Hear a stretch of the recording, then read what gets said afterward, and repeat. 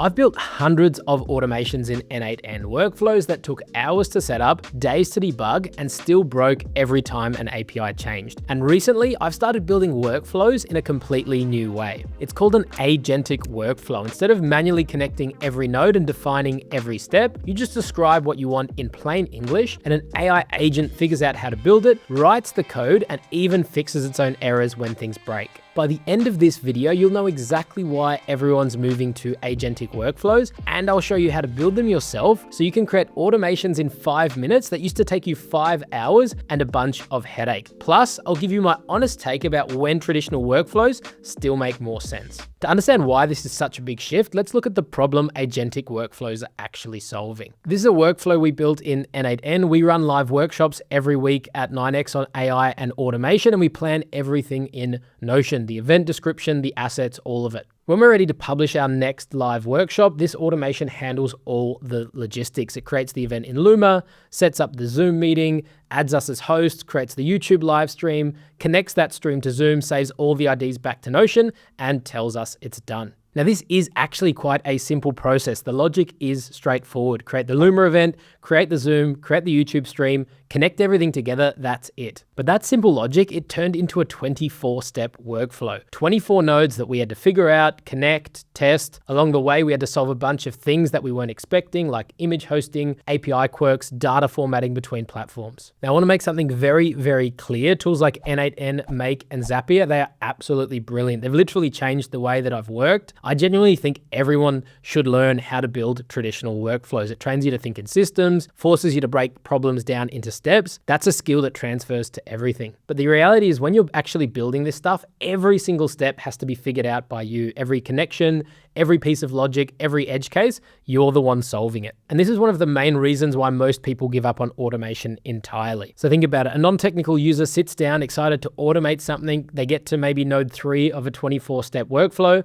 and they're stuck. They can't figure out why the data isn't passing through. They're Googling error messages, watching tutorials, trying to understand API authentication, and at some point they do the math. I've spent 4 hours trying to build this thing and I could have just done the task manually 10 times over. So they quit, not because automation isn't valuable, but because the barrier to actually build it is so high. And even if you're technical enough to push through, you still have to deal with debugging. When your automation fails, you have to trace it step by step. Was it this node, the one before? Did an API change? Did a field get renamed? One small change upstream and the whole thing breaks. Now you're spending an hour fixing something that was working fine yesterday. So what is the alternative? What actually are agentic workflows and why is everyone talking about them? Here's the thing that took me a while to realize. Whether you're building a traditional workflow or an agentic workflow, the starting point is exactly the same. You always begin with the what. What are we building? What's the process? What do we want to automate? And this is thinking that you'll need to do upfront, regardless of which method you'll be using. Now, where things completely change between these two methods is the how. How do we build it? With traditional workflows, as we just saw, you are responsible for figuring out every single step of the how, which API to call first, how to pass data between nodes, what to do when something fails. You're the orchestrator, the builder, the debugger. You're solving every problem yourself. With agentic workflows, you hand off the how part to an AI agent. Instead of defining every step, you just define the outcome. You describe what you want in plain English, and an AI agent figures out how to build it. So instead of wiring up 24 nodes yourself, you tell the agent, hey, when we're ready to launch a new workshop, I want you to go ahead and create the Luma event, set up the Zoom with us as hosts, create the YouTube live stream, and connect it all together. That's it. That's your entire input. The agent then takes that and figures out the rest. It connects to Notion and discovers the schema itself, what fields exist, how things are structured.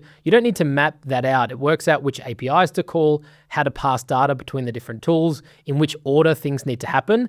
It handles details you didn't even think to specify. And the real unlock is what happens when something goes wrong. The agent reads the error and fixes its own code. There's no more tracing through nodes. It sees the problem, understands what went wrong, and adjusts. Now, I can explain this all day long, but it's one of those things that you just need to see to believe. So let me show you this working end to end. All right, so for this demo, I've just got a simple base set up here in Airtable, which is for managing an invoicing process. So we have an invoices table as well as a line items table. Each line item is connected to an invoice. So one invoice can have multiple line items.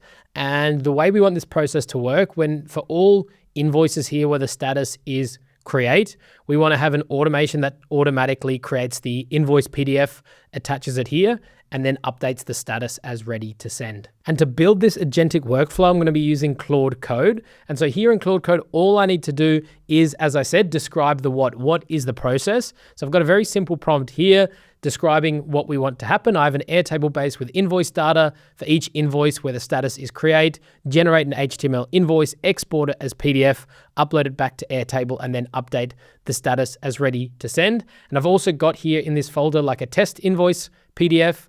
And so I've added to the prompt, the invoices should match the style of the test invoice PDF. And you can also grab the company details from there as well. So here, literally just describing what I want to happen, not how it should be done. And let's send this one off to Claude Code. Before I do, what I'm going to do is I'm going to change this one into plan mode. What's really cool about plan mode is Claude Code will now think about how this workflow can be set up, come up with a plan, show it to me for approval before going ahead and immediately creating the agentic workflow. So let's send this one off. So Claude Code has started by reading the test invoice to understand the style. And now Claude's going to ask me a few questions to help it come up with the plan. First of all, what language do I want to use? I want to use Python. Claude will also ask for any credentials that it needs to connect to the different tools in the workflow. So in my case, it's asking, do you already have an Airtable API key?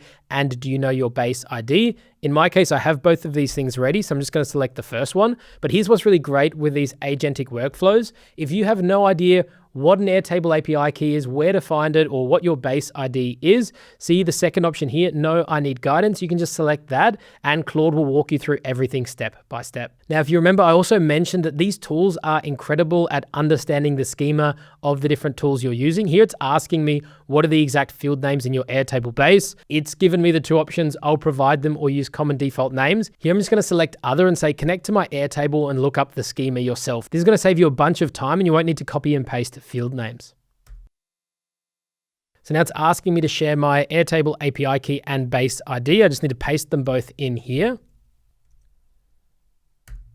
So even here in plan mode, Claude Code has already made some API calls to Airtable, grabbed the schema of the base and some sample records.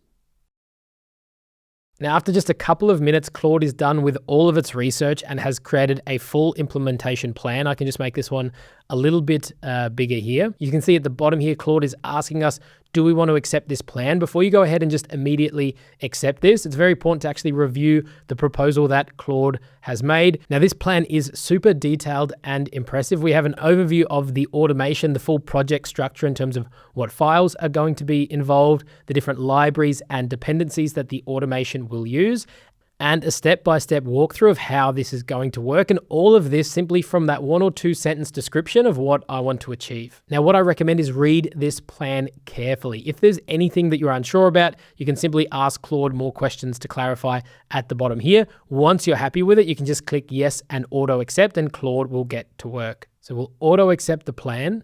And this part is really amazing. We can just basically sit back now and watch Claude get to work. It's already started creating some files here in our folder. It's created its own to-do list. And as it works through these tasks, it actually updates this and ticks them off.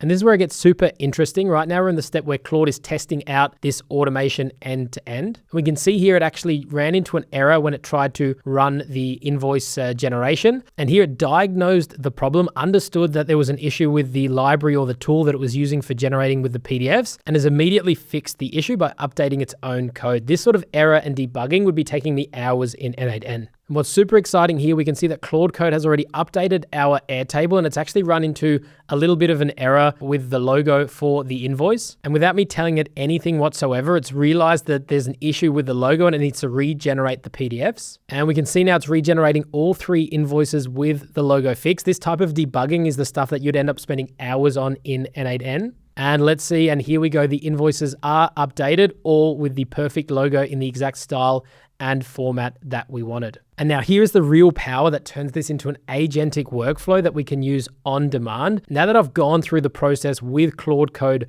once and it knows exactly how to run this, I'm going to ask it to create a reusable command. So I'm just giving the simple prompt, can you create a create invoices skill so I can run this exact workflow again in the future and send this one off? So what Claude Code has done is it's actually created a skill for itself and turned this into a repeatable automation. If we check here in the Claude folder, we now have the skills folder and we have the very specific instructions. I'll make this one a little bit bigger here and just preview this file. So this is giving Claude all the instructions it needs whenever it runs this process. And the way that we can trigger this, whenever you create a new skill, you just need to reload Claude Code in a new conversation. What I'm actually going to go ahead and do is update our Airtable now, and let's mark a few more invoices as ready to create. Back in Claude Code, I can simply just type / and I'll start typing out the name of that skill, create invoices. We can see it as an option here and hit enter. That's all I need to do. And we can see Claude has activated that exact same automation we just set up, running the invoice automation script to generate PDFs from Airtable. And we can see just like that in real time how fast that was. All 4 invoices immediately created in one go. And we can see it's perfectly still matching our exact format and pulling in all of that dynamic data from Airtable. And so that is all done. Now, anytime I need to generate new invoices, I simply just type / create invoices and we're good to go. And this can be applied to any repetitive task that you need to do for work. Now you might be wondering, does this mean we're going to cancel our n8n, Make, Zapier account, throw everything we've learned about workflow and automation away? The simple answer is no, absolutely not. And here's why. You've probably noticed what we just created is running locally on my computer and it requires me to trigger it. Here's an example. Every week I write a newsletter, I have an hour blocked for it, and I have an agentic workflow that kicks things off. It pulls in our latest YouTube video, our upcoming workshop details, drafts out those sections for me, but I'm still in control. I'm reviewing, editing, adding sections, making decisions. The agent is just making me way faster, but I'm still running the process. And that's where agentic workflows really shine. When you need speed, when you're exploring, you're not sure what the right approach is, if you're prototyping, just telling the agent what you want to happen and it figures everything out, but you're really working with the agent. It's not running this without you. Traditional workflows are for something completely different. Think about a form on your website. For every submission that needs to get saved to your CRM,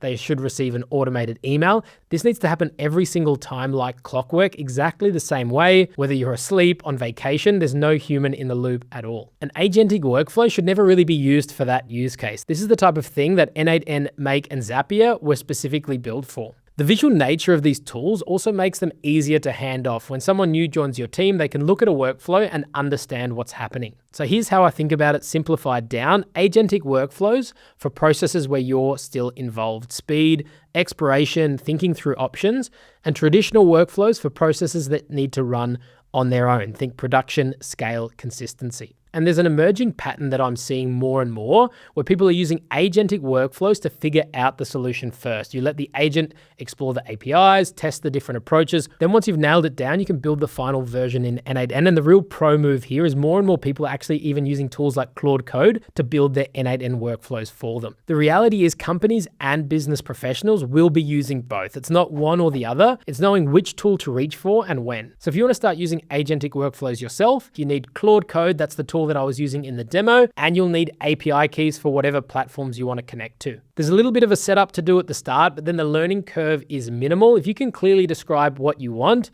you're most of the way there because your AI agent is going to guide you the rest of the way. Something else that I didn't expect when I started using this, that plan mode, it isn't just about building things. It's actually one of the best learning tools I've found. When the agent creates a plan like you saw in the demo, you get to see exactly how it's thinking, which libraries it's choosing, which APIs it's using, why it's taking a certain approach. You can review that, ask questions, push back, and over time, you actually start to understand how these things work without needing to become a developer. For business professionals, this is pretty huge because you're not just automating tasks, you're actually building up real technical knowledge while you work. So now you know what agentic workflows are, when they make sense, and when to stick with traditional tools. The next question is, what can you actually build with this? So click this video here where I walk you through the most practical use cases for Claude Code. Actual workflows that'll save you hours every week, not theoretical demos. If you're wondering where to start, that video will give you real ideas and the prompts so that you can implement them immediately. I'll see you over there.